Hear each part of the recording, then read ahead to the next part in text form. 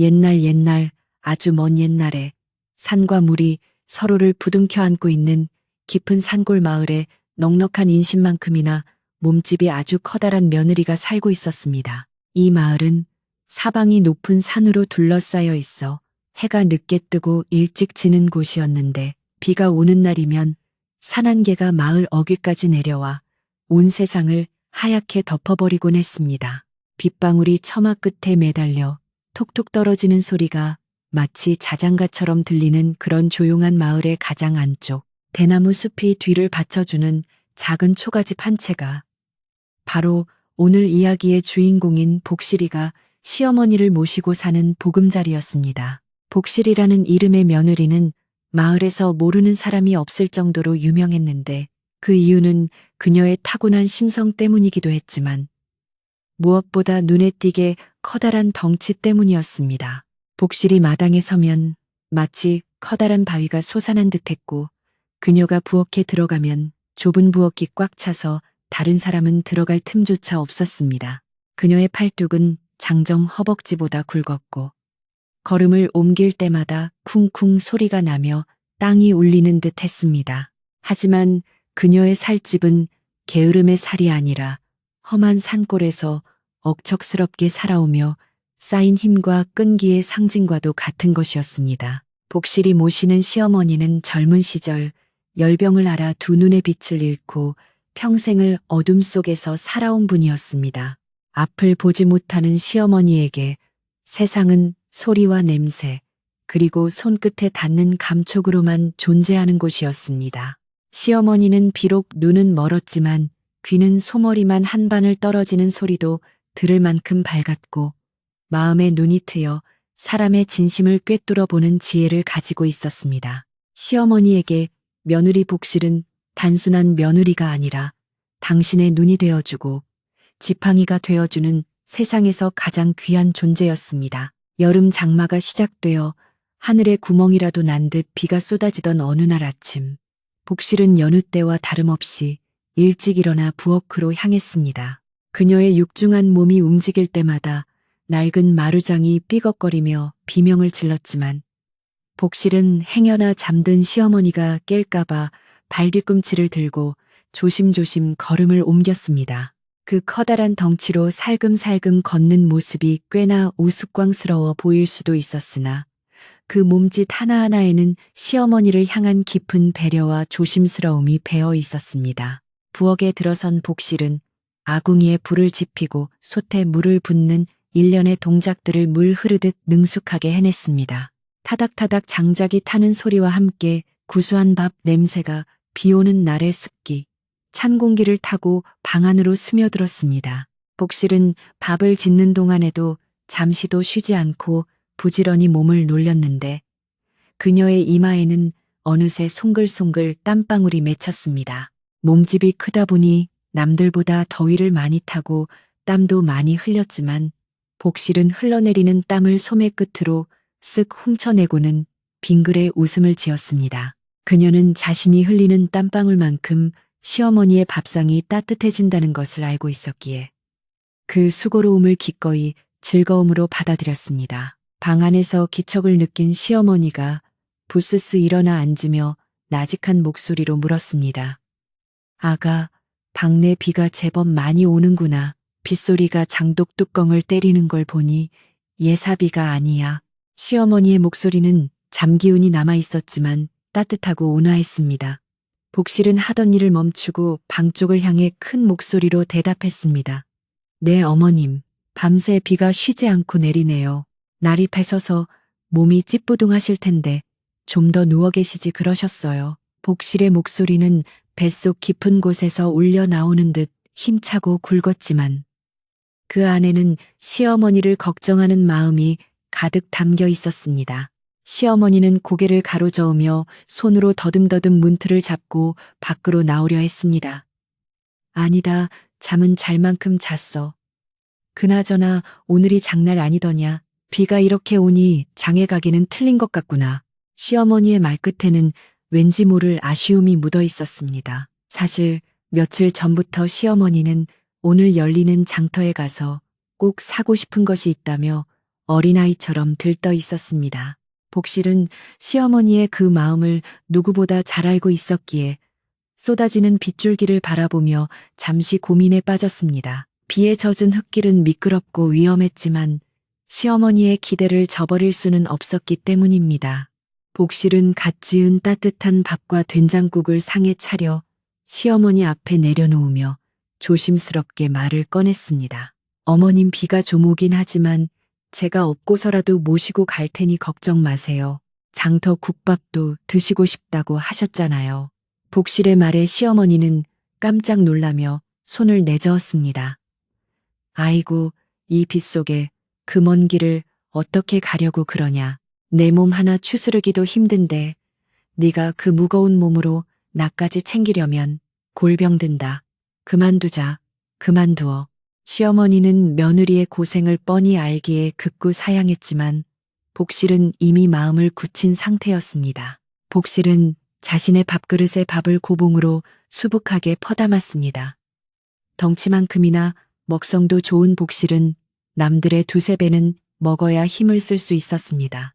어떤 이들은 며느리가 밥을 너무 많이 먹는다며 흉을 보기도 했지만 복실은 부끄러워하지 않고 씩씩하게 숟가락을 놀렸습니다.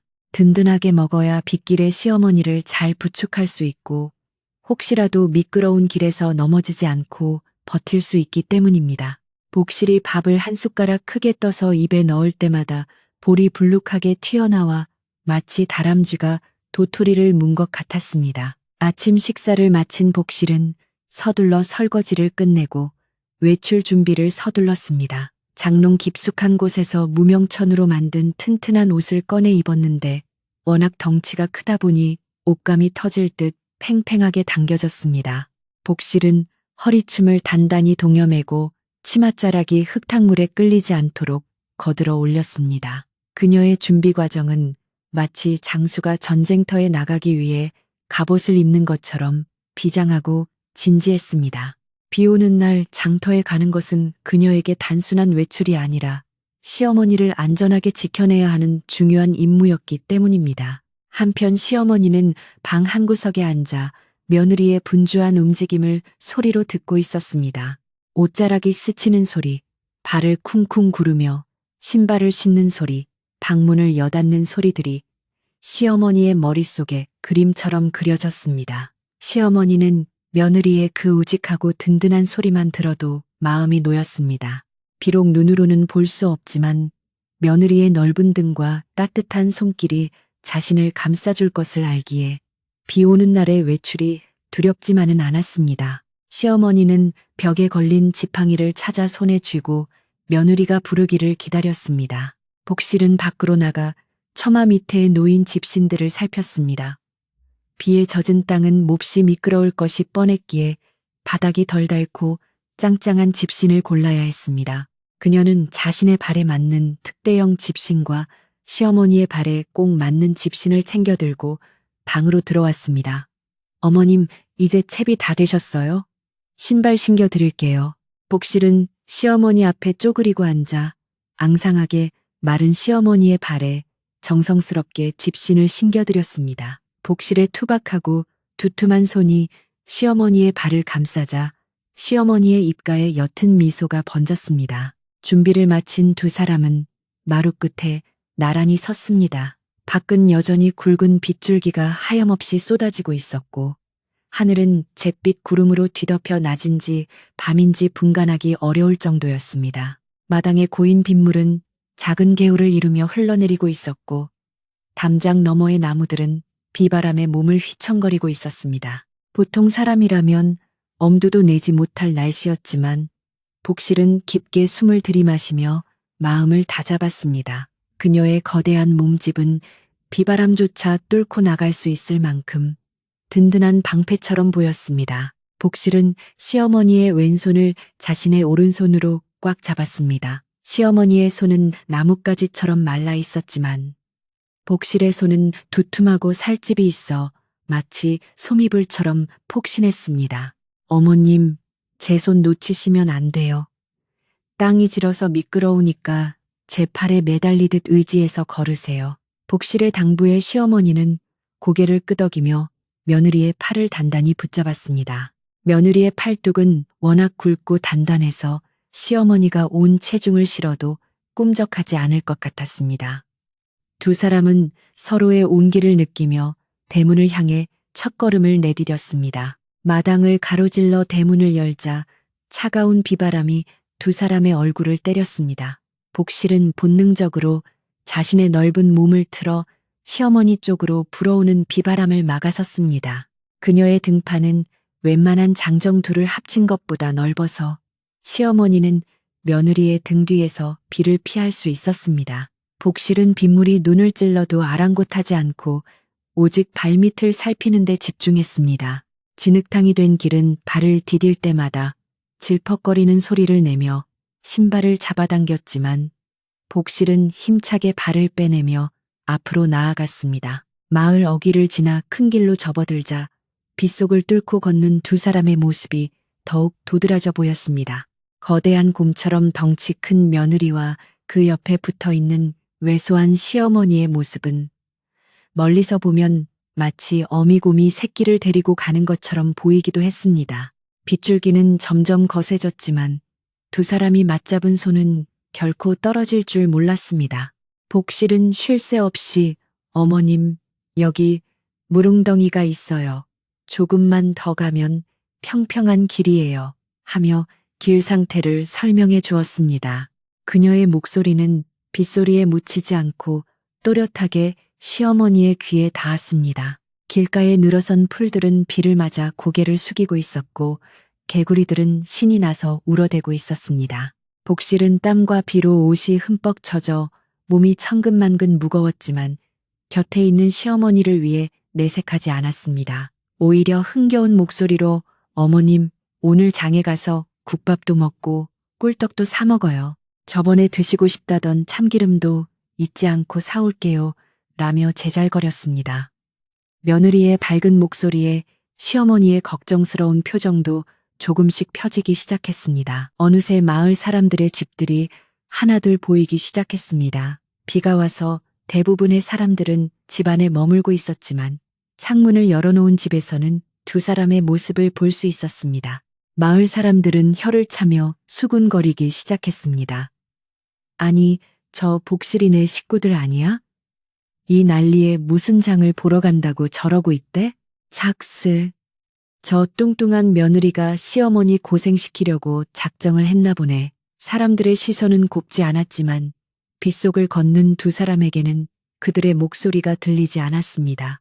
그저 묵묵히 서로를 의지하며 진흙길을 헤쳐나갈 뿐이었습니다. 복실의 숨소리가 조금씩 거칠어지기 시작했습니다. 아무리 힘이 장사라 해도 뚱뚱한 몸으로 빗길을 걷는 것은 보통 힘든 일이 아니었습니다. 살이 겹치는 부분은 쓸려서 따가웠고 젖은 옷은 물을 먹어 무거워진 손뭉치처럼 몸을 짓눌렀습니다. 하지만 복실은 잡고 있는 시어머니의 손에 힘을 주며 버텼습니다. 자신이 힘들다고 멈추면 눈먼 시어머니는 이 빗속에서 오도 가도 못하게 될 것이 뻔했기에 복실은 이를 악물고 다리에 힘을 주었습니다. 그녀의 굵은 허벅지는 떨리지 않고 단단하게 땅을 지탱했습니다. 시어머니는 잡고 있는 손을 통해 전해오는 며느리의 떨림을 느꼈습니다. 그리고 거칠어진 며느리의 숨소리도 들었습니다.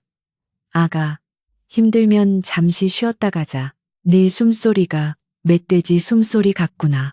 시어머니가 농담처럼 던진 말에 복실은 허허, 어머님도 참, 제 숨소리가 원래 좀 크잖아요. 힘 하나도 안 들어요. 제 살들이 다 힘주머니라 괜찮습니다. 하고 호탕하게 웃어넘겼습니다. 복실의 웃음소리는 빗소리를 뚫고 울려 퍼져 듣는 사람의 마음까지 시원하게 만들었습니다. 그렇게 두 사람은 마을 우물가를 지나 고갯마루를 향해 걸어갔습니다. 우물가는 평소라면 아낙네들이 모여 수다를 떠는 곳이었지만 오늘은 비 때문에 텅 비어 있었습니다. 하지만 우물가 옆 처마 밑에는 비를 피하고 있던 몇몇 마을 사람들이 서 있었습니다. 그들은 빗속을 뚫고 걸어오는 복실과 시어머니를 발견하고는 호기심 어린 눈빛으로 바라보았습니다. 복실은 그들의 시선을 느꼈지만 고개를 숙여 인사를 하고는 묵묵히 걸음을 재촉했습니다. 이제 본격적인 고갯길이 시작되었습니다. 평지보다 훨씬 미끄럽고 경사가 심한 길이라 복실은 더욱 긴장했습니다. 그녀는 시어머니를 자신의 몸 쪽으로 더 바짝 끌어당기고 한 발 한 발 신중하게 내디뎠습니다. 발이 진흙 속에 푹푹 빠질 때마다 쩍쩍 소리가 났습니다. 복실의 등 뒤로는 땀과 빗물이 섞여 김이 모락모락 피어올랐습니다. 그 모습은 마치 거대한 산이 움직이는 것처럼 경이로우면서도 한편으로는 애처로워 보였습니다. 빗줄기는 약해질 기미를 보이지 않고 더욱 거세게 쏟아졌습니다. 하늘이 어두워지며 천둥 소리가 멀리서 들려왔습니다. 복실은 하늘을 한번 올려다보고는 시어머니의 손을 고쳐 잡았습니다. 어머님, 조금만 더 가면 고개 정상이에요. 거기서 잠시 쉬었다 가요. 복실의 씩씩한 목소리가 빗속에 울려 퍼졌고 두 사람은 세상에서 가장 느리지만 가장 정직한 걸음으로 장터를 향해 나아갔습니다. 이것이 바로 비 오는 날, 뚱뚱한 며느리와 장님, 시어머니의 특별한 외출이 시작되는 모습이었습니다. 빗줄기는 그칠 줄 모르고 하염없이 쏟아져 내렸고 마을 어귀의 커다란 느티나무 아래에는 비를 피하려는 동네 아낙네들이 하나둘 모여들기 시작했습니다. 평소 같으면 밭일을 하거나 집안일을 하느라 눈코 뜰 새 없이 바빴을 시간이지만 장대비가 쏟아지는 날에는 어쩔 수 없이 일손을 놓고 삼삼오오 모여 수다를 떠는 것이 시골 마을의 풍경이었습니다. 느티나무 아래 평상은 마을의 소식이 모이고 퍼지는 곳이었는데 오늘은 빗소리만큼이나 사람들의 말소리도 높았습니다. 눅눅한 습기가 가득 찬 공기 속에서 아낙네들은 부침개를 부쳐 먹는 이야기나 시집살이의 고단함을 토로하며 시간을 보내고 있었지만 그들의 눈은 쉴 새 없이 마을 길을 오가는 사람들을 쫓고 있었습니다. 그 무리 한가운데에는 마을에서 입담 좋기로 소문난 쌀집댁이 자리를 잡고 앉아 좌중을 휘어잡고 있었습니다. 쌀집댁은 눈초리가 매섭고 목소리가 앙칼져서 남의 흉을 볼 때면 그 기세가 대단하여 아무도 당해낼 재간이 없는 사람이었습니다. 그녀는 부채를 탁탁 치며 지루함을 달래던 중 저 멀리 빗속을 뚫고 걸어오는 복실과 시어머니의 모습을 가장 먼저 발견했습니다. 쌀집댁의 눈이 반짝 빛나더니 입가에 야릇한 웃음이 번졌습니다. 그녀는 옆에 앉은 칠성내 옆구리를 쿡 찌르며 들으라는 듯 큰 목소리로 말을 꺼냈습니다. 아니, 저기 오는 게 복실이네 아니야? 이 빗속에 저 덩치로 어딜 저렇게 싸돌아다닌다니? 사람들의 시선이 일제히 쌀집댁이 가리키는 곳으로 쏠렸습니다. 빗줄기 사이로 흐릿하게 보이는 복실의 거대한 몸집은 멀리서 보아도 한눈에 알아볼 수 있을 만큼 독보적이었습니다. 쌀집댁은 혀를 끌끌 차며 말을 이었습니다. 봉쇄, 하여간 미련하기도 하지. 저 몸을 하고 비 오는 날 나가는 것도 우스운 일인데 눈도 안 보이는 시어머니까지 달고 나오다니. 제정신이 아닌 게 분명해. 쌀집댁의 말투에는 걱정보다는 비웃음이 가득 섞여 있었고 주변의 아낙네들도 덩달아 고개를 끄덕이며 한마디씩 거들기 시작했습니다. 마을 사람들에게 복실의 뚱뚱한 몸은 언제나 좋은 얘깃거리였기에 빗속의 행차는 더할 나위 없는 안주감이었습니다. 쌀집댁은 신이 나서 더욱 목소리를 높였는데 그녀의 주특기인 남의 속 뒤집는 소리가 시작되었습니다. 내 말 좀 들어봐요. 저 며느리가 효부라서 저러는 것 같아? 천만의 말씀이지. 저 뚱뚱한 게 뱃속에 거지가 들었는지 먹는 거라면 사족을 못 쓰잖아. 분명 장터에 가서 기름진 국밥이나 잔뜩 얻어먹으려고 시어머니 핑계대고 나가는 거야. 그녀의 말은 순식간에 사람들 사이로 퍼져나갔고 아낙네들은 어머 정말 그런가 봐. 하긴 덩치를 유지하려면 보통 먹어선 안 되겠지 하며 수군거리기 시작했습니다. 복실이 시어머니를 위해 쏟는 정성은 온데간데 없고 오로지 식탐 때문에 시어머니를 고생시키는 못된 며느리로 둔갑하는 순간이었습니다. 그때 느티나무 뒤편에서 마을의 어른인 훈장 어른이 뒷짐을 지고 애헴하며 걸어 나왔습니다. 훈장 어른은 평소 과묵하고 점잖은 분이라 아낙네들의 수다판에 끼어드는 법이 없었지만 오늘은 그냥 지나칠 수 없었던 모양입니다. 하얀 수염을 쓸어내리며 쌀집댁을 향해 따끔하게 한마디를 던졌습니다. 허허. 비 오는 날 빗물은 땅의 더러움을 씻겨 내려가게 하지만 사람의 입에서 나오는 험담은 듣는 이의 가슴에 씻을 수 없는 얼룩을 남기는 법이네. 며느리가 시어머니를 모시고 가는 정성을 그리 곡해해서야 쓰겠나. 훈장 어른의 점잖은 꾸지람에 좌중은 찬물을 끼얹은 듯 조용해졌습니다. 쌀집댁은 무안했는지 얼굴이 붉어지며 입을 삐죽거렸지만 훈장 어른 앞이라 대놓고 대들지는 못했습니다. 하지만 그녀의 속마음은 여전히 비틀려 있었기에 훈장 어른이 멀어지자마자 다시 작은 목소리로 투덜거렸습니다. 훈장 어른이야 글만 읽으시니 세상 물정을 모르시지. 겉으로 보이는 게 다가 아니라고. 내 눈은 못 속여. 저 며느리 걷는 폼 좀 봐. 땅이 꺼지겠다.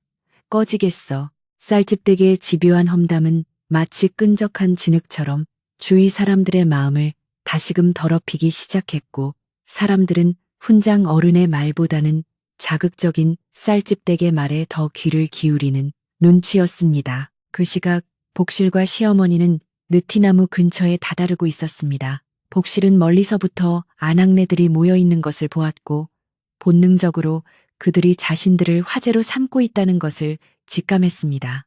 빗소리에 섞여 들려오는 웅성거림 속에서 날카로운 웃음소리와 자신의 이름이 섞인 말들이 드문드문 들려왔기 때문입니다. 복실의 가슴 한구석이 욱신거렸지만 그녀는 잡고 있는 시어머니의 손에 더욱 힘을 주며 마음을 다잡았습니다.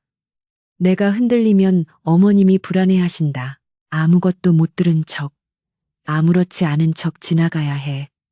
복실은 스스로에게 최면을 걸듯 다짐했습니다. 귀가 밝은 시어머니 역시 분위기가 심상치 않음을 감지했습니다. 빗소리 사이로 들려오는 사람들의 웅성거림이 단순한 잡담이 아니라는 것을 느낀 시어머니가 복실의 팔을 가만히 두드리며 물었습니다.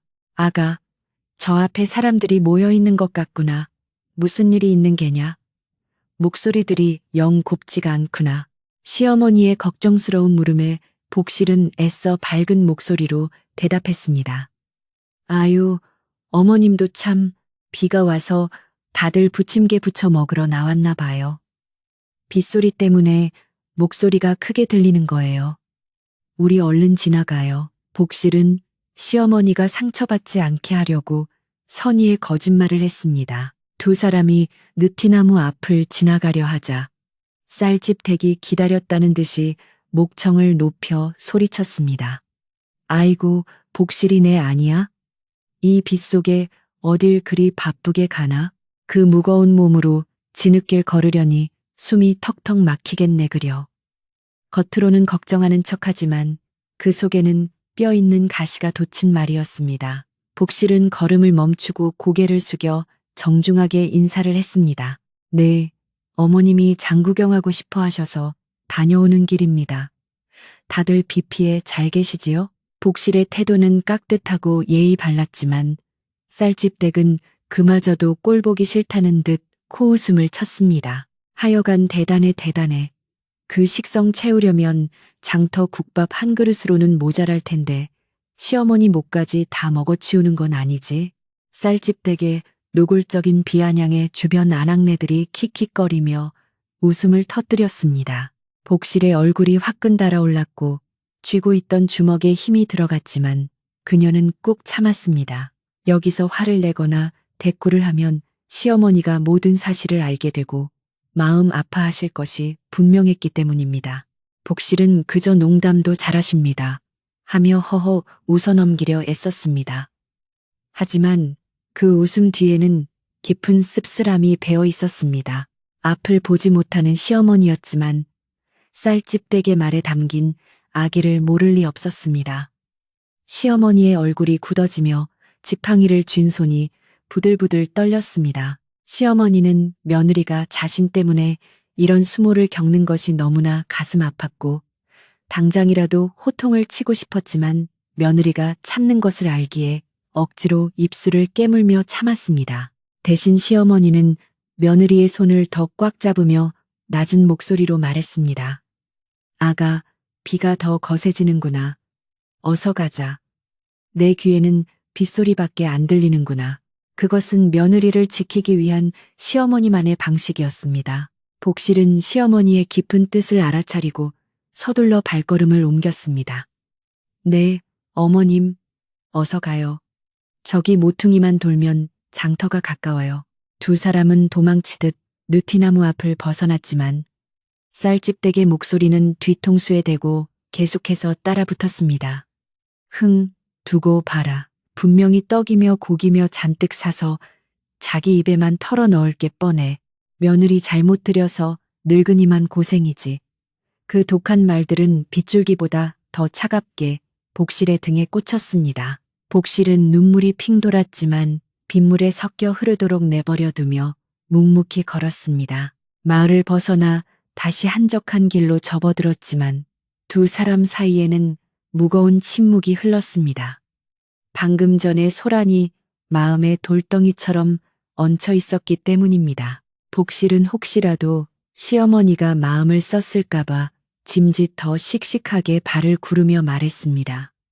어머님, 아까 쌀집 아주머니 말은 신경 쓰지 마세요. 원래 말씀이 좀 거치시잖아요. 제가 덩치가 커서 부러워서 그러시는 걸 거예요. 복실이 너스레를 떨자 시어머니는 보이지 않는 눈으로 며느리의 얼굴을 찾듯 고개를 들며 말했습니다. 나는 아무 소리도 못 들었다.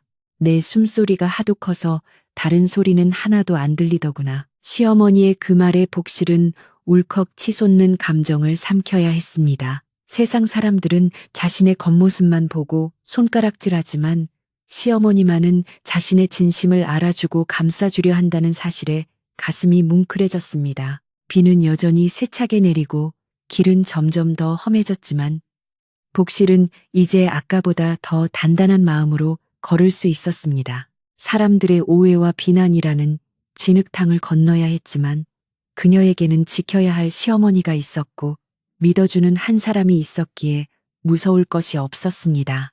하지만 쌀집댁이 퍼뜨린 소문은 빗물을 타고 장터까지 흘러가고 있을지 모를 일이었습니다. 고개를 넘는 길은 더욱 가파르고 미끄러웠습니다. 진흙이 발목까지 차오르는 구간도 있었고 돌부리에 걸려 넘어질 뻔한 순간도 있었습니다. 복실은 그때마다 자신의 몸을 쿠션처럼 사용하여 시어머니가 다치지 않게 막아냈습니다. 한 번은 복실이 미끄러져 엉덩방아를 떼섰는데 그 충격으로 흙탕물이 온몸에 튀었습니다. 아이고, 아가, 괜찮느냐? 시어머니가 놀라서 소리쳤지만 복실은 벌떡 일어나 옷을 털며 웃었습니다. 하하, 엉덩이에 살이 많아서 하나도 안 아파요. 오히려 푹신하던걸요? 어머님은 안 놀라셨어요? 복실의 긍정적인 태도는 닫힌 날씨마저도 무색하게 만들었습니다. 한편 마을에 남은 쌀집댁은 복실 일행이 사라지자 더욱 열을 올리며 험담을 이어갔습니다. 그녀는 자신의 말이 진실인 양 포장하여 아직 듣지 못한 사람들에게까지 이야기를 퍼뜨렸습니다. 내가 며칠 전에도 봤는데 그 며느리가 부엌에서 혼자 밥을 3그릇이나 비우더라니까. 시어머니는 방에서 굶고 있는데 말이야. 잊지도 않은 사실까지 지어내며 쌀집댁은 쾌감을 느꼈습니다. 그녀의 말은 꼬리에 꼬리를 물고 마을 전체로 퍼져나가기 시작했고 사람들은 세상에 얼굴만 보고는 모른다더니 복실이가 그럴 줄은 몰랐네 하며 수군거렸습니다. 빗줄기는 점점 굵어져 앞이 보이지 않을 정도로 쏟아졌습니다. 하늘에서는 우르릉 쾅쾅 천둥 소리가 요란하게 울렸고 번개가 번쩍이며 세상을 잠시 하얗게 비췄습니다. 복실과 시어머니는 작은 원두막을 발견하고 잠시 비를 피하기로 했습니다. 원두막 지붕에서는 빗물이 줄줄 흘러내렸고 바닥은 습기로 축축했습니다. 복실은 자신의 겉옷을 벗어 바닥에 깔고 시어머니를 앉혔습니다. 어머님, 잠시만 여기서 숨 좀 돌리고 가요. 비가 너무 많이 와서 앞이 안 보이네요. 복실은 젖은 머리카락을 쓸어 넘기며 시어머니의 젖은 발을 자신의 손수건으로 닦아주었습니다. 시어머니는 며느리의 거친 손길을 느끼며 긴 한숨을 내쉬었습니다. 아가, 미안하구나. 나 때문에 네가 이 고생을 하는구나. 남들 말처럼 내가 집에 가만히 있었으면 네가 이런 내친 꼴을 안 당했을 텐데. 시어머니의 목소리에는 물기가 어려 있었습니다. 아까 쌀집댁의 말이 계속 마음에 걸렸던 것입니다. 복실은 정색을 하며 시어머니의 손을 꼭 잡았습니다. 어머님, 그런 말씀 마세요. 저는 어머님이랑 이렇게 나오는 게 세상에서 제일 좋아요. 남들이 뭐라 하든 무슨 상관이에요. 우리 둘만 좋으면 그만이죠. 그리고 제가 뚱뚱해서 힘이 좋으니 망정이지. 말랐으면 어머님 못 업고 다녔을 거예요. 다행이지 뭐예요. 복실의 따뜻한 위로에 시어머니는 겨우 마음을 놓았습니다. 두 사람은 원두막 아래 오두만이 앉아 쏟아지는 비를 바라보았습니다. 빗소리는 세상의 모든 소음을 덮어버릴 듯 거세게 울렸지만 두 사람의 마음속에 있는 불안감까지 완전히 씻어내지는 못했습니다. 장터에 가면 더 많은 사람들이 있을 것이고 쌀집댁이 퍼뜨린 소문이 그곳까지 닿아 있을지도 모른다는 생각에 복실은 마음이 무거웠습니다. 하지만 그녀는 내색하지 않고 다시 짐을 챙겨 일어났습니다.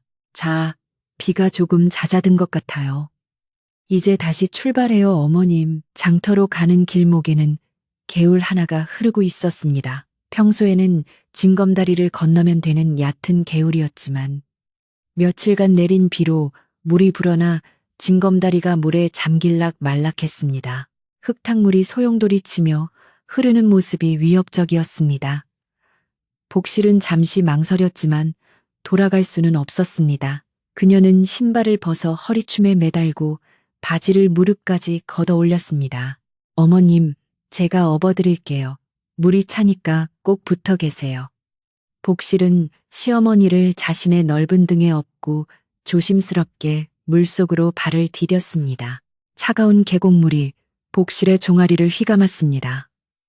물살이 생각보다 셌지만 복실의 육중한 체중은 물살에 휩쓸리지 않고 버티는 힘이 되었습니다. 시어머니는 며느리의 등에 매달려 떨리는 목소리로 연부를 외듯 중얼거렸습니다. 관세음보살, 관세음보살. 우리 며느리 발 헛디디지 않게 도와주소서. 복실은 발바닥으로 미끄러운 돌을 더듬으며 한 발 한 발 신중하게 옮겼습니다.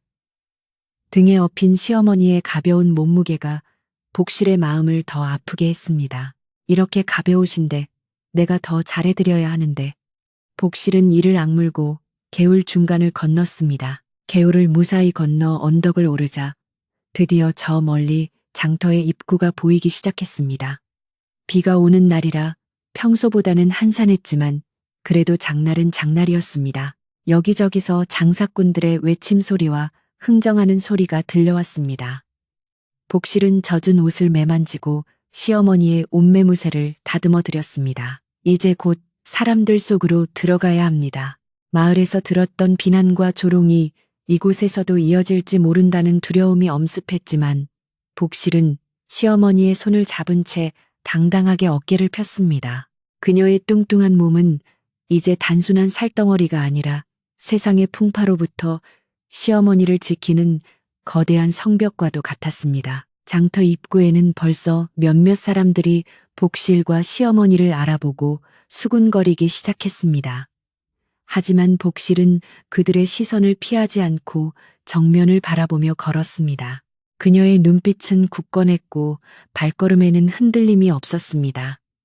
비록 몸은 젖고 흙투성이가 되었지만 그녀의 마음만은 그 어느 때보다 깨끗하고 단단했습니다. 복실은 시어머니에게 나직이 말했습니다. 어머님 다 왔어요. 맛있는 냄새가 나지 않으세요? 국밥집이 바로 저기예요. 시어머니도 코를 킁킁거리며 고개를 끄덕였습니다. 이제 두 사람은 본격적으로 세상의 편견과 마주할 준비를 마쳤습니다. 빗속의 장터는 그들에게 또 다른 시련이자 기회의 장소가 될 것입니다. 장터 입구에 들어서자 비에 젖은 흙내음과 함께 시끌벅적한 사람들의 소리가 물밀듯이 밀려왔습니다. 비록 굵은 빗줄기가 하늘을 뒤덮고 있었지만 장날의 열기만큼은 식힐 수 없었는지 여기저기서 흥정하는 소리와 웃음소리가 빗소리에 섞여 요란하게 울려 퍼졌습니다. 복실은 시어머니의 손을 더욱 단단히 잡으며 사람들 틈바구니로 조심스럽게 발을 들여놓았는데 그녀의 거대한 몸집이 움직일 때마다 좁은 장터기를 오가는 사람들이 양옆으로 물러서는 모습이 마치 모세의 기적처럼 길이 열리는 듯 했습니다. 젖은 옷이 몸에 달라붙어 불편할 법도 했지만 복실은 오로지 시어머니가 진흙탕에 미끄러지지 않도록 온 신경을 발끝에 집중하고 있었습니다. 시장 바닥은 이미 수많은 사람들의 발길에 지시겨져 질척거리는 뻘밭으로 변해 있었고 곳곳에 물웅덩이가 깊게 패여 있어 자칫하면 넘어지기 십상이었습니다. 복실은 자신의 넓은 등판으로 비를 막아내며 시어머니에게 시장의 풍경을 하나하나 말로 그려주기 시작했습니다. 어머님, 지금 우리는 생선전 앞을 지나고 있어요. 비릿하면서도 고소한 고등어 굽는 냄새가 나지 않으세요? 저쪽에서는 뻥튀기 아저씨가 막 튀밥을 튀겨내고 있고요. 복실의 생생한 설명에 시어머니는 보이지 않는 눈을 깜빡이며 코를 킁킁거렸고 시장의 활기찬 기운을 온몸으로 느끼는 듯 입가에 옅은 미소를 지었습니다. 그때 장터 한 구석에 자리 잡은 국밥집에서 구수한 고기 냄새가 진동을 하며 두 사람의 발길을 붙잡았습니다. 커다란 가마솥에서는 하얀 김이 몽글몽글 피어오르고 있었고 뚝배기 달그락거리는 소리가 빗소리와 어우러져 배고픈 이들의 허기를 자극하고 있었습니다. 복실은 시어머니의 얼굴을 살피며 조심스럽게 물었습니다. 어머님, 우리 저기서 국밥 한 그릇 뜨끈하게 먹고 갈까요? 냄새가 아주 기가 막혀요.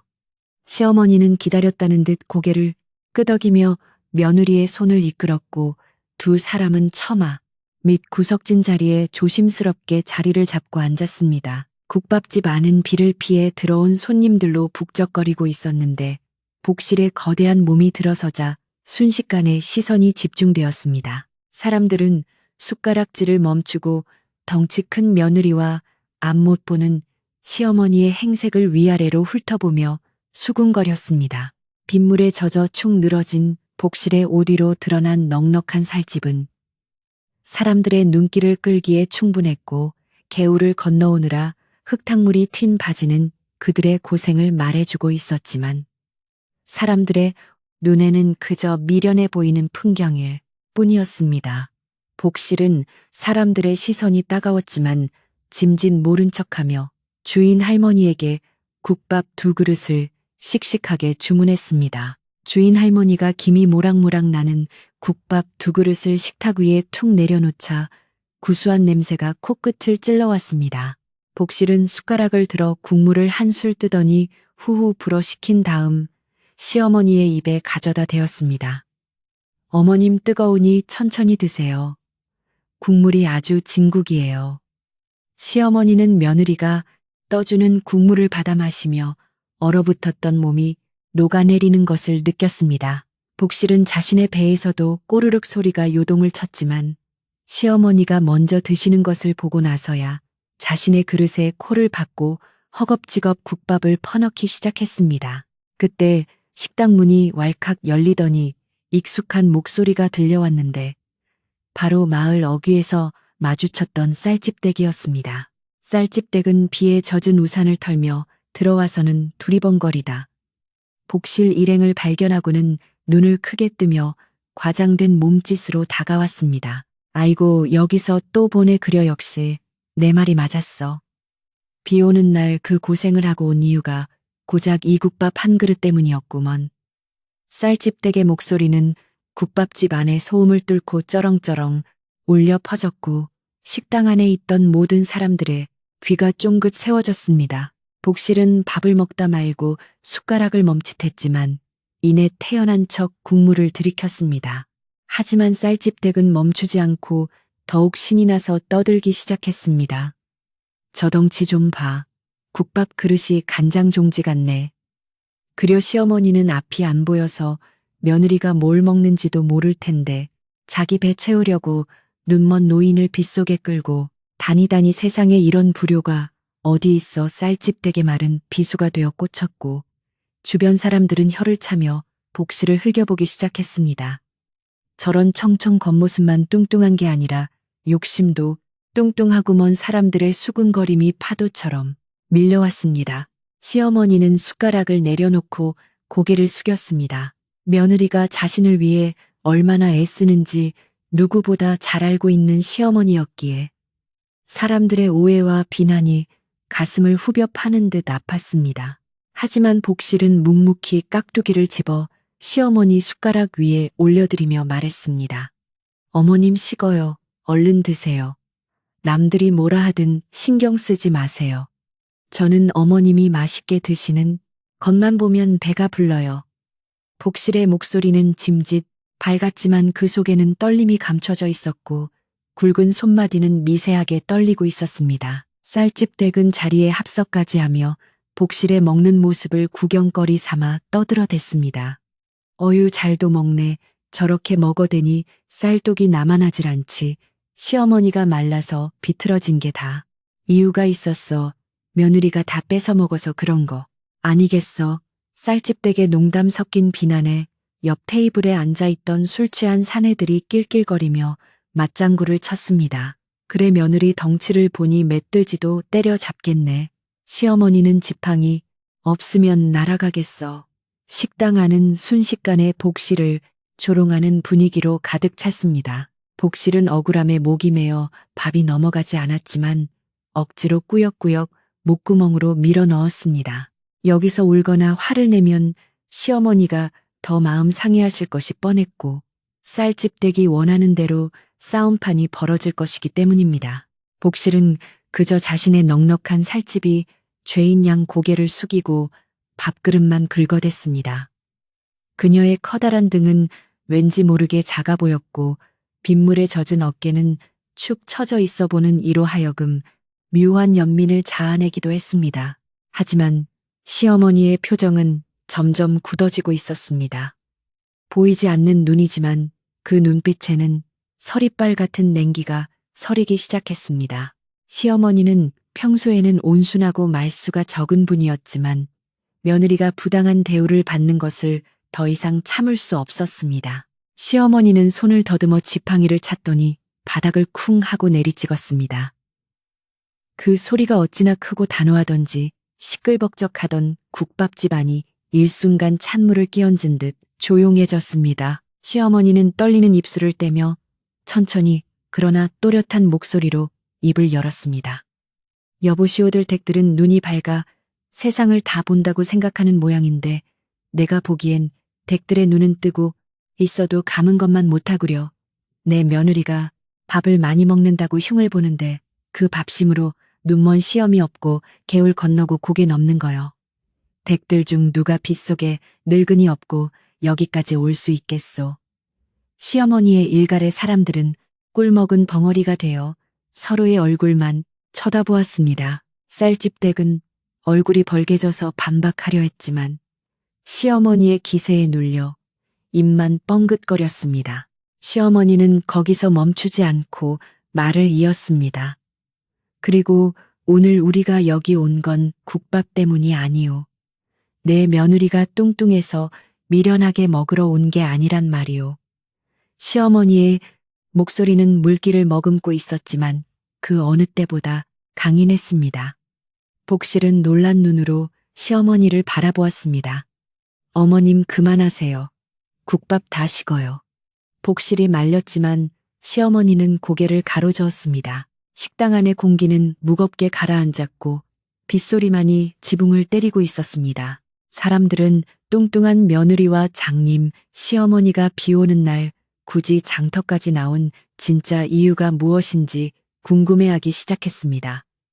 단순히 밥을 먹으러 온 것이 아니라면 도대체 무엇 때문에 이 험한 빗길을 뚫고 왔단 말인가. 복실의 뚱뚱한 몸 뒤에 가려진 진실이 조금씩 고개를 들고 있었습니다. 복실은 숟가락을 내려놓고 시어머니의 손을 꼭 잡았습니다. 그녀의 손은 따뜻하고 두툼해서 시어머니의 차가운 손을 감싸주기에 충분했습니다.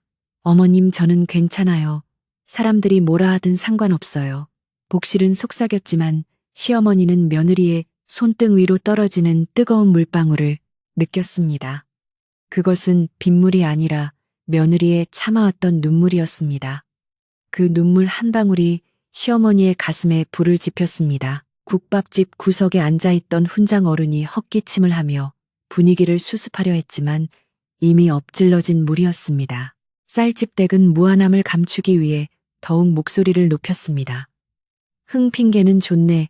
국밥 먹으러 온 게 아니면 뭐 하러 왔는데 설마 비 구경하러 왔다고 하진 않겠지? 쌀집 댁의 비아냥거림은 멈출 줄 몰랐고 복실은 주먹을 꽉 쥐었습니다. 그녀의 인내심도 한계에 다다르고 있었습니다. 복실은 자리에서 벌떡 일어났습니다. 그녀의 거대한 몸이 일으키는 그림자가 식탁을 덮었습니다. 죄송합니다. 어머님 식사 다 하셨으면 일어나시죠. 국밥값은 여기 있습니다. 복실은 품 안에서 꼬깃꼬깃한 쌈짓돈을 꺼내 탁자 위에 올려놓았습니다. 그녀의 행동은 단호했고 더 이상 이곳에 머무르고 싶지 않다는 의사가 분명했습니다. 하지만 시어머니는 움직이지 않았습니다. 아직 할 말이 남아있다는 뜻이었습니다. 어머님가요. 여기 공기가 탁해서 체하시겠어요? 복실이 재촉했지만 시어머니는 지팡이로 바닥을 다시 한번 쿵 찍었습니다. 아니다. 아가, 나는 아직 다 못 먹었다. 그리고 저 사람들에게 꼭 해줄 말이 있다. 시어머니의 고집은 황소고집이라 복실도 말릴 수 없었습니다. 복실은 다시 자리에 앉을 수밖에 없었고 식당 안의 사람들은 숨을 죽이고 시어머니의 다음 말을 기다렸습니다. 창밖에는 천둥이 치고 번개가 번쩍이며 하늘이 쪼개지는 듯했습니다. 식당 안의 불빛이 깜빡거렸고 사람들의 그림자가 일렁거렸습니다. 이 긴장된 분위기 속에서 복실과 시어머니 그리고 쌀집 댁의 대치는 절정을 향해 치닫고 있었습니다. 과연 시어머니가 감추고 있던 사연은 무엇일까? 그리고 쌀집 댁의 독설은 언제까지 계속될 것인가? 빗소리는 점점 더 거세져만 갔습니다. 복실은 자신의 뚱뚱한 몸이 부끄러웠던 적은 없었지만 오늘만큼은 작아지고 싶었습니다. 쥐구멍이라도 있으면 숨고 싶은 심정이었지만 곁에 있는 시어머니를 두고 도망칠 수는 없었습니다. 그녀는 깊은 숨을 들이마시며 마음을 다잡았습니다. 그래, 내가 다 감당하자. 어머님만 무사하시면 된다. 복실은 스스로를 위로하며 쌀집 댁을 똑바로 쳐다보았습니다. 그녀의 눈빛에는 더 이상 두려움이 없었습니다. 국밥의 열기는 식어가고 있었지만 사람들의 호기심은 뜨겁게 달아올랐습니다.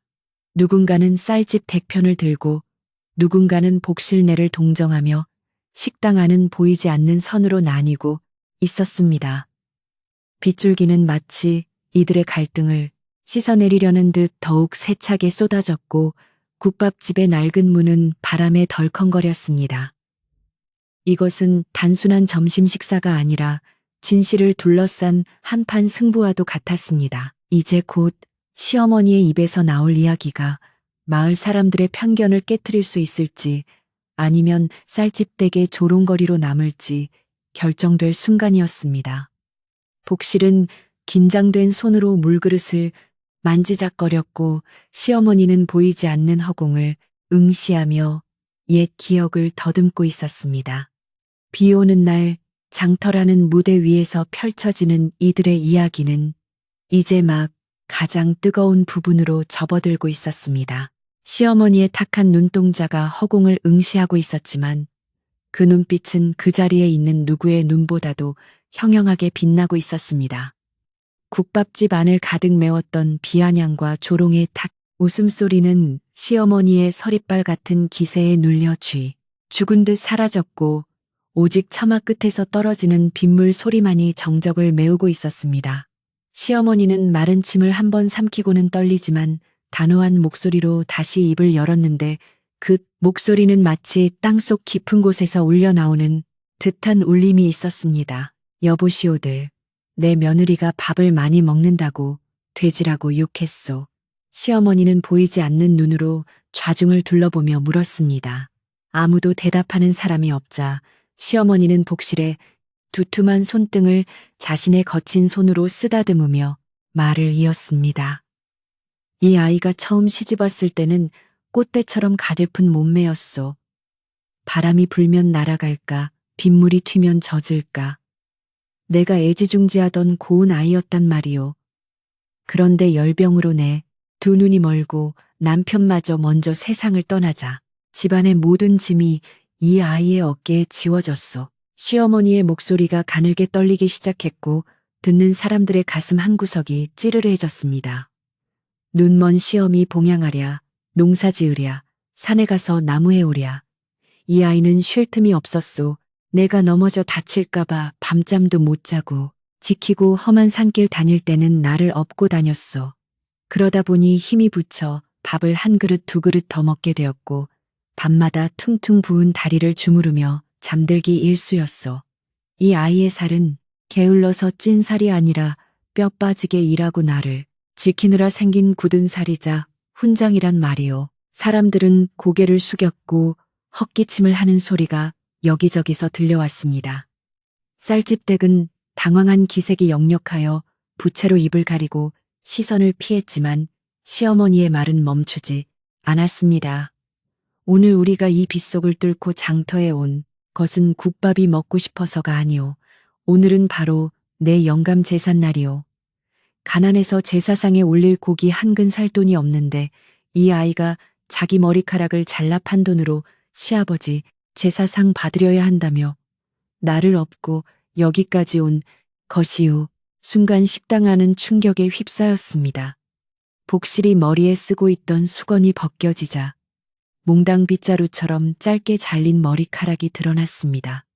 사람들은 그제야 복실의 뚱뚱한 몸이 미련한 식탐의 결과가 아니라 시어머니를 향한 지극한 효심과 희생의 증거임을 깨닫게 되었습니다. 쌀집댁의 얼굴은 홍당무처럼 붉어졌고 쥐구멍이라도 있으면 숨고 싶은 심정이 되어 고개를 푹 숙였습니다. 복실은 부끄러운 듯 고개를 숙이고 있었지만 그녀의 눈에서는 굵은 눈물방울이 뚝뚝 떨어져 국밥 그릇 위로 번졌습니다. 시어머니는 며느리의 짧은 머리카락을 더듬으며 흐느꼈습니다.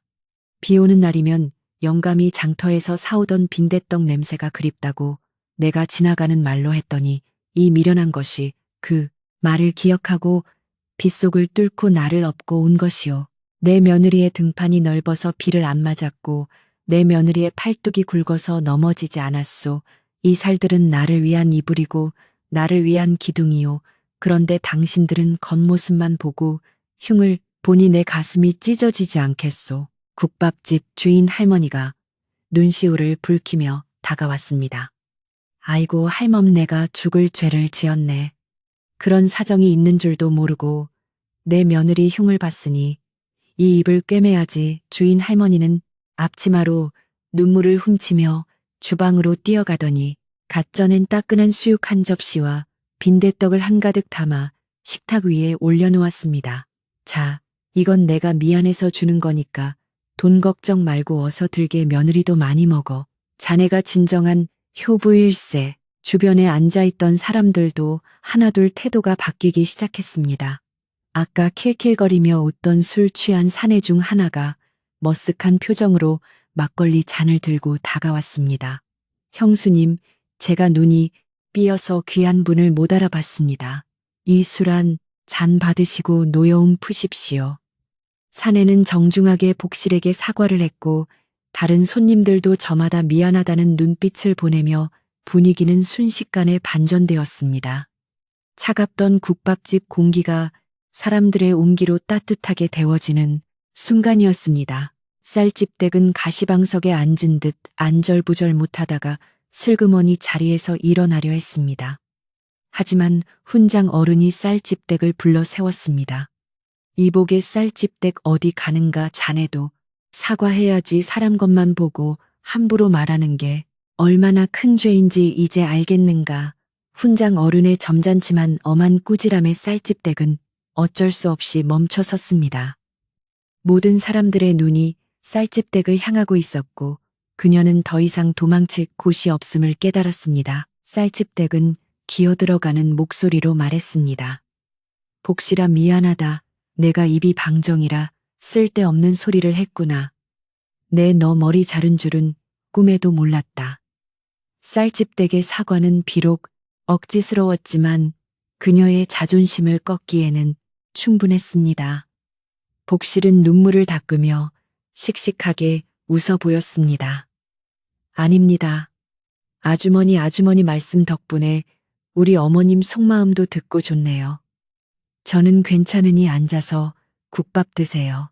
복실의 넉넉한 마음씨의 쌀집 댁은 더욱 부끄러워져 얼굴을 들지 못했습니다. 시어머니는 그제야 굳었던 표정을 풀고 지팡이를 내려놓았습니다. 자아가 이제 마음 놓고 먹자. 네가 많이 먹어야 나를 또 업고 가지. 내일부터는 내가 밥을 덜 먹을 테니 너 다 먹거라. 시어머니의 농담에 복실은 환하게 웃으며 대답했습니다. 어유, 어머님, 저는 물만 먹어도 살찌는 체질이라 괜찮아요. 어머님이나 많이 드세요.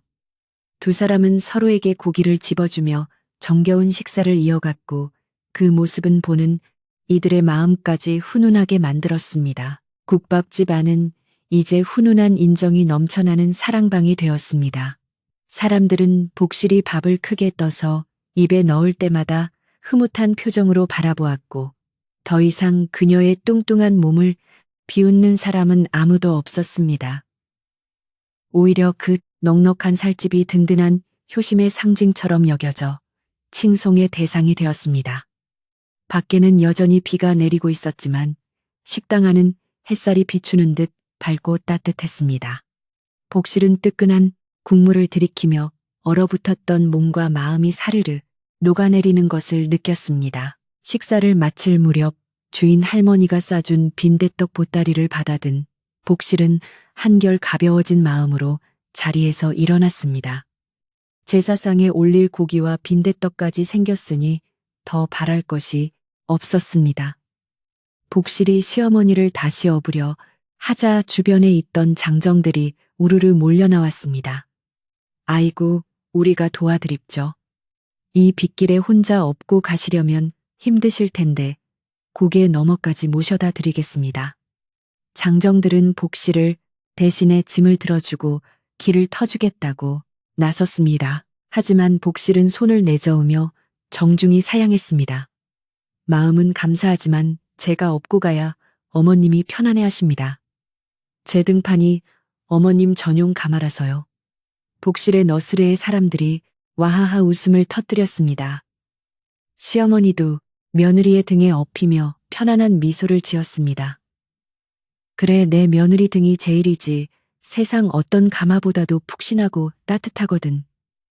두 사람은 사람들의 배웅을 받으며 국밥집을 나섰습니다. 장터 밖으로 나오자 빗줄기는 한결 가늘어져 있었고 먹구름 사이로 햇살이 조금씩 비치기 시작했습니다.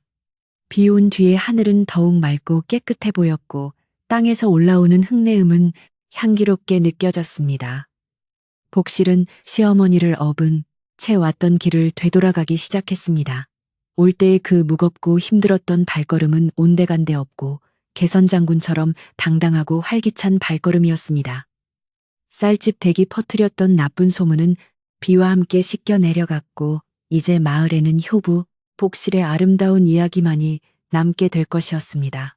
돌아가는 길에 시어머니가 며느리의 귓가에 속삭였습니다. 아가 고맙다. 오늘 내 덕분에 영감도 보고 맛있는 것도 먹고 세상 구경 잘했다.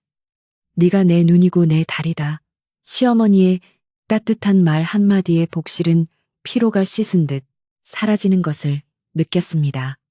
어머님, 그런 말씀 마세요. 제가 더 감사합니다. 어머님 덕분에 저 오늘 영웅 됐잖아요. 복실은 쑥스러운 듯 웃으며 발걸음을 재촉했습니다. 길가에 피어난 코스모스들이 빗물을 머금고 고개를 들며 두 사람을 반겨주었습니다. 개구리 울음소리도 이제는 응원가처럼 들려왔습니다. 고갯마루에 올라서자 저 멀리 두 사람의 집이 보였습니다. 초가집 지붕 위로 피어오르는 저녁 연기가 마치 어서 오라고 손짓하는 것 같았습니다. 복실은 잠시 멈춰서서 땀을 닦고 숨을 고르며 시어머니에게 말했습니다. 어머님, 저기 우리 집 보여요. 비가 그쳐서 지붕이 반짝거리네요. 시어머니는 보이지 않아도 알겠다는 듯 고개를 끄덕였습니다. 그래, 우리 집이 최고지어서 가서 제사 지내자꾸나. 두 사람은 서로의 체온을 나누며 천천히 고개를 내려갔습니다. 비록 몸은 고단하고 옷은 젖었지만 마음만은 그 어느 때보다 풍요롭고 행복했습니다.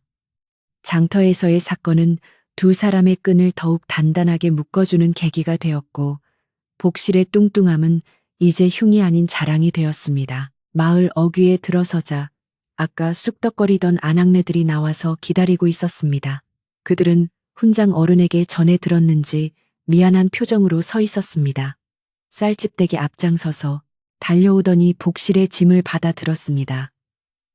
복실아, 내가 들어줄게. 고생했다. 쌀집댁의 변화에 복실은 빙그레 웃어주었습니다. 마을 사람들의 시선은 이제 따뜻한 존경으로 바뀌어 있었습니다. 복실과 시어머니는 사람들의 환대를 받으며 집으로 향했습니다. 이제 마지막 남은 과제는 정성스럽게 마련한 음식으로 시아버지의 제사를 지내는 것이었습니다. 복실은 부엌에 들어가 젖은 옷도 갈아입지 않은 채 제사상을 차릴 준비를 했습니다. 그녀의 손놀림은 경쾌했고 얼굴에는 기쁨이 넘쳤습니다. 시어머니는 마루에 앉아 며느리의 도맞을 소리를 들으며 흐뭇한 미소를 지었습니다. 비 오는 날의 외출은 그렇게 훈훈한 마무리로 이어지고 있었습니다. 어둠이 내려앉은 시골 마을에 복실네 집 불빛만이 환하게 빛나고 있었습니다. 그것은 단순한 등불이 아니라 효심과 사랑이 만들어낸 마음의 빛이었습니다. 밖에는 다시 보슬비가 내리기 시작했지만 이제 그 비는 춥고 매서운 비가 아니라 대지를 적시는 생명의 비처럼 느껴졌습니다. 복실과 시어머니의 이야기는 빗소리를 타고 마을 구석구석으로 퍼져나가고 있었습니다. 고단했던 하루가 저물어가고 있었지만 복실의 집안에서는 웃음소리가 끊이지 않았습니다. 제사상에 올릴 빈대떡이 지글지글 익어가는 소리와 함께 두 고부의 정담은 깊은 밤까지 이어질 것 같았습니다. 세상의 편견을 이겨내고 진정한 가족의 사랑을 확인한 두 사람에게 오늘 하루는 평생 잊지 못할 추억으로 남게 될 것입니다. 이제 남은 것은 따뜻한 밥 한 끼와 편안한 잠자리뿐이었습니다. 깊은 산골 마을에 어둠이 짙게 내려앉자 복실네 초가집 굴뚝에서는 하얀 연기가 피어오르며 저녁 지을 준비가 한창임을 알렸습니다. 하루 종일 세차게 내리던 비는 이제 보슬비로 변하여 처마 끝을 타고 조용히 흘러내리고 있었고 빗물에 젖은 장독대는 달빛을 받아 반질반질 윤기가 흘렀습니다. 복실은 부엌 아궁이에 장작을 넉넉히 넣고 불을 지폈는데 타닥타닥 타오르는 장작 소리가 마치 하루의 고단함을 위로하는 자장가처럼 들려왔습니다. 아궁이의 열기는 방바닥을 타고 구들장을 데우며 차가운 빗물에 얼었던 두 사람의 몸을 따뜻하게 녹여주기 시작했습니다. 복실은 젖은 옷을 벗어 빨랫줄에 널고 마른 옷으로 갈아입었는데 뽀송뽀송한 옷에 감촉이 살갗에 닿자 비로소 집에 돌아왔다는 안도감이 밀려왔습니다. 복실은 소매를 걷어붙이고 본격적으로 제사상 차릴 준비를 서둘렀는데 그녀의 손길은 그 어느 때보다 정성스럽고 조심스러웠습니다. 장터 국밥집 할머니가 싸준 빈대떡을 데우고 자신의 머리카락을 팔아 산 돼지고기로 수육을 삶아내자 부엌 가득 구수하고 기름진 냄새가 진동을 했습니다. 비록 값비싼 사내 진미는 없었지만 며느리의 정성과 효심이 가득 담긴 음식들이었기에 그 어떤 진수성찬보다도 귀하고 값진 상차림이었습니다. 복실은 밥을 고봉으로 눌러 담고 맑은 물 한 그릇을 떠서 상 한가운데 올리며 시아버지가 좋아하셨던 음식들을 하나하나 떠올려 그 위치에 정갈하게 놓았습니다. 덩치 큰 며느리가 좁은 부엌에서 꼼꼼하게 상을 차리는 모습은 마치 커다란 곰이 작은 꽃을 다루듯 섬세하고 아름다웠습니다. 방 안에서 기다리던 시어머니는 코끝으로 전해오는 음식 냄새에 눈시울이 붉어졌는데 이는 슬픔의 눈물이 아니라 감동의 눈물이었습니다. 앞 못 보는 늙은이가 며느리 등골만 빼먹는다고 자책하며 살았던 날들이었지만 오늘 장터에서의 일을 겪으며 며느리의 깊은 사랑을 다시금 확인했기 때문입니다. 시어머니는 손을 더듬어 장롱 깊숙한 곳에 보관해 두었던 제기를 꺼내 닦으며 나지막이 남편의 이름을 불렀습니다. 여보, 당신 며느리가 오늘 당신 주려고 빗속을 뚫고 고기를 사왔소. 이 갸륵한 정성을 봐서라도 어서 오셔서 많이 드시고 가시오. 시어머니의 혼잣말은 방 안의 공기를 타고 부엌에 있는 복실의 귀에도 전해졌고 복실은 미소를 지으며 더욱 정성을 다해 국을 끓였습니다. 제사상이 방 한가운데 차려지자 촛불이 은은하게 타오르며 엄숙하면서도 따뜻한 분위기가 감돌았습니다. 복실은 시어머니를 부축하여 상 앞에 앉혀드리고 자신도 그 옆에 공손하게 무릎을 꿇고 앉았습니다. 평소에는 비좁게만 느껴지던 방이었지만 오늘만큼은 돌아가신 시아버지의 영혼이 함께하는 듯 꽉 찬 느낌이 들었고 촛불 그림자가 벽에 일렁이며 마치 살아생전의 시아버지가 웃고 있는 듯한 착각을 불러일으켰습니다. 복실은 향을 피워 올리며 마음속으로 빌었습니다. 아버님, 저희 어머님 건강하게 오래오래 사시게 도와주세요. 그리고 저도 힘일지 않고 어머님 잘 모실 수 있게 지켜봐 주세요. 그녀의 기도는 소박했지만 그 울림은 깊고 간절했습니다. 두 사람은 술을 따르고 절을 올렸는데 복실의 거대한 몸이 바닥에 엎드릴 때마다 방바닥이 쿵하고 울렸지만 그 소리는 결코 소란스럽지 않았습니다. 오히려 그 묵직한 울림은 땅의 기운을 불러오고 조상을 향한 예의를 갖추는 웅장한 의식처럼 느껴졌습니다. 시어머니는 며느리의 부축을 받아 절을 올리며 흐느꼈습니다. 여보, 복실이가 내 눈이고 내 지팡이요. 당신이 떠나고 암흑천지였던 내 세상에 이 아이가 등불이 되어 주었소. 부디 저승에서도 이 아이 복 많이 받게 빌어주시오. 시어머니의 절절한 고백에 복실도 코끝이 찡해져 눈물을 훔쳐야 했습니다. 제사가 끝나고 두 사람은 제사 음식을 나누어 먹는 음복 시간을 가졌는데 긴장이 풀려서인지 시장기가 확 몰려왔습니다. 복실은 수육 한 점을 집어 시어머니 입에 넣어드리고 빈대떡을 쭉 찢어 손에 쥐어드렸습니다. 어머님, 이제 다 끝났으니 편하게 많이 드세요. 오늘 고생 많으셨잖아요. 복실의 말에 시어머니는 오물오물 음식을 씹으며 고개를 끄덕였습니다. 그래, 너도 많이 먹거라. 네가 든든하게 먹어야 우리 집 기둥이 바로 서지. 시어머니는 이제 더 이상 며느리가 많이 먹는 것을 걱정하지 않았고 오히려 더 먹으라고 권하며 흐뭇해했습니다. 복실은 큰 사발에 밥을 비벼 숟가락 가득 퍼서 입에 넣었는데 볼이 미어 터질 듯 오물거리는 모습이 참으로 복스럽게 보였습니다. 예전에는 쌀독 비는 것이 두려워 눈치를 보며 먹었지만 이제는 시어머니의 사랑과 응원 속에서 당당하게 먹을 수 있어 밥맛이 꿀맛이었습니다. 쌀집 댁의 비웃음도 마을 사람들의 수군거림도 이제는 다 지나간 바람소리에 불과했고 오직 눈앞에 있는 따뜻한 밥과 시어머니의 미소만이 진짜 현실이었습니다. 복실은 밥알 하나하나에 감사함을 느끼며 꼭꼭 씹어 삼켰고 그 기운이 온몸으로 퍼져나가는 것을 느꼈습니다. 식사를 마친 후 복실은 상을 물리고 따뜻한 숭늉을 대접에 담아왔습니다. 구수한 숭늉 냄새가 방 안의 음식 냄새를 은은하게 덮어주었습니다. 시어머니는 따뜻한 사기 그릇을 두 손으로 감싸 쥐고 호호 불며 숭늉을 마셨는데 뱃속 깊은 곳까지 따뜻한 온기가 전해졌습니다. 아가, 오늘 장터에서 쌀집 댁에게 내가 소리 지를 때 속이 다 시원하더냐. 시어머니가 장난스럽게 묻자 복실은 까르르 웃으며 대답했습니다.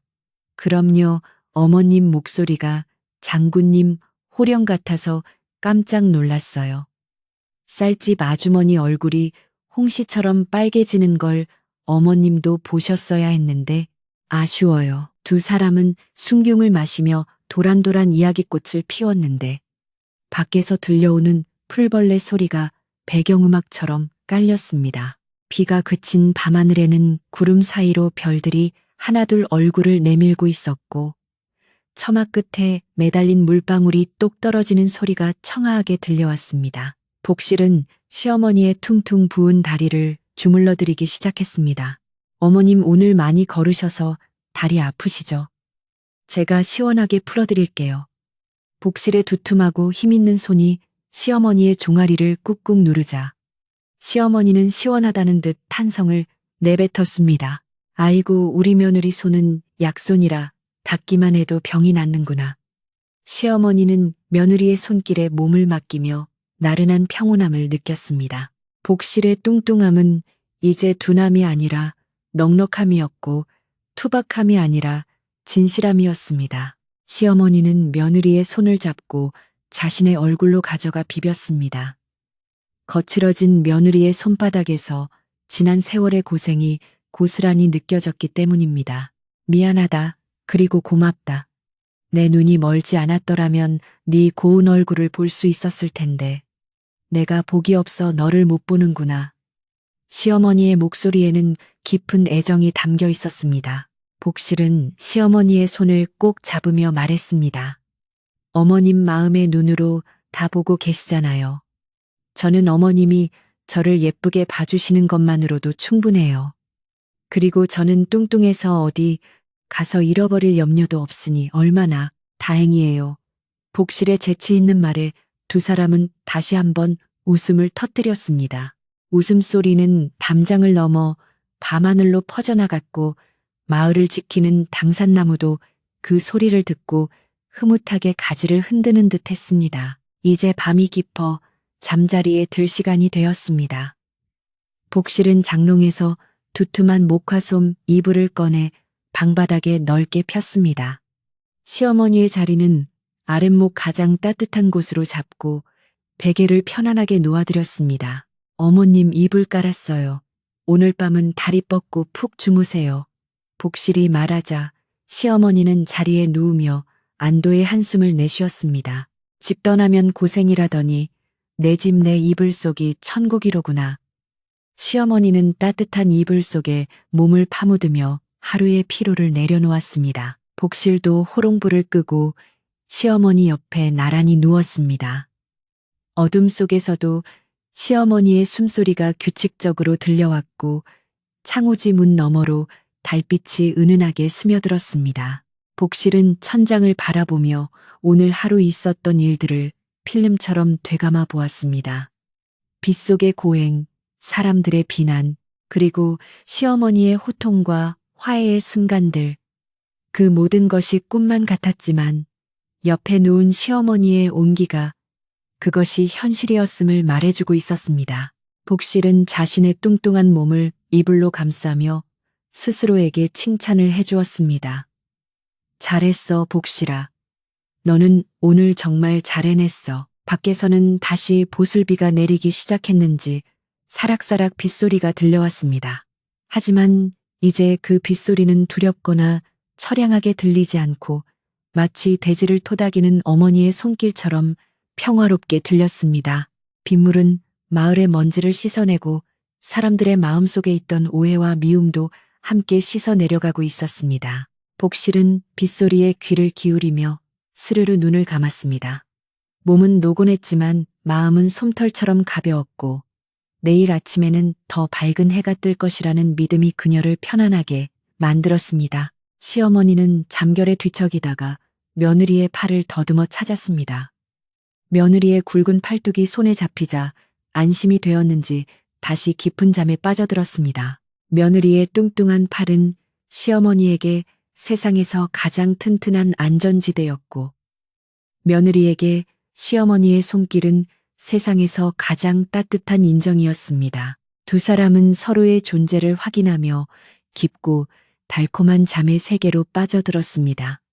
꿈속에서 두 사람은 비가 오지 않는 꽃밭을 거닐며 환하게 웃고 있을 것입니다. 밤은 깊어가고 마을의 모든 불빛이 꺼졌지만 복실네 집에는 사랑이라는 보이지 않는 불빛이 여전히 타오르고 있었습니다.